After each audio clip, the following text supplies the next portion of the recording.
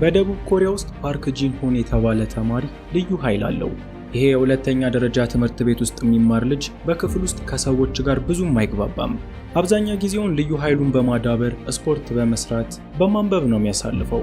ልጁ አንድም ቀን በክፍል ውስጥ ፈገግ ብሎ አያውቅም። በዚህም ምክንያት ሌሎቹ ተማሪዎች ጉረኛ ብለው ስለሚጠሩት ምንም ጓደኛም የለውም።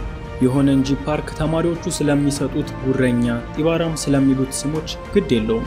የሱ ፍላጎት ሁልጊዜም በትምህርቱ ላይ ጥሩ ነጥብ ማምጣት ስለሆነ ትምህርቱ ላይ ትኩረት ማድረጉን ቀጥሏል። እናም የለፋበት ልፋት ፍሬ የሚሰጥበት ጊዜው ደርሶ አሁን ላይ በትምህርት ቤት ውስጥ ጥሩ ውጤት በማምጣት ሰርተፍኬት ተሰጥቶታል። በሌላ በኩል ሱጊዮም የተባለ ተማሪም በዚሁ ክፍል ውስጥ ይገኛል። ሱጊዮም የክፍሉ ጉልበተኛ ተማሪ ነው።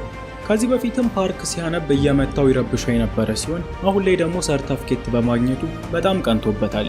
ልዩ ኃይል ያለው ፓርክም እነዚህን ተማሪዎች አንድ በአንድ መጠፍጠፍ ቢችልም ሁልጊዜም ግን የሚላቸው አትምቱኝ ነበር። ይሁን እንጂ እነሱጊ እሱ አትምቱኝ ስላላቸው እንዲያነብ አልፈቀዱለትም። ከዚህም በላይ የተሻለ ውጤት እንዲያመጣ ስለማይፈልጉ በቻሉት አቅም ሁሉ እሱን ይረብሹት ነበር።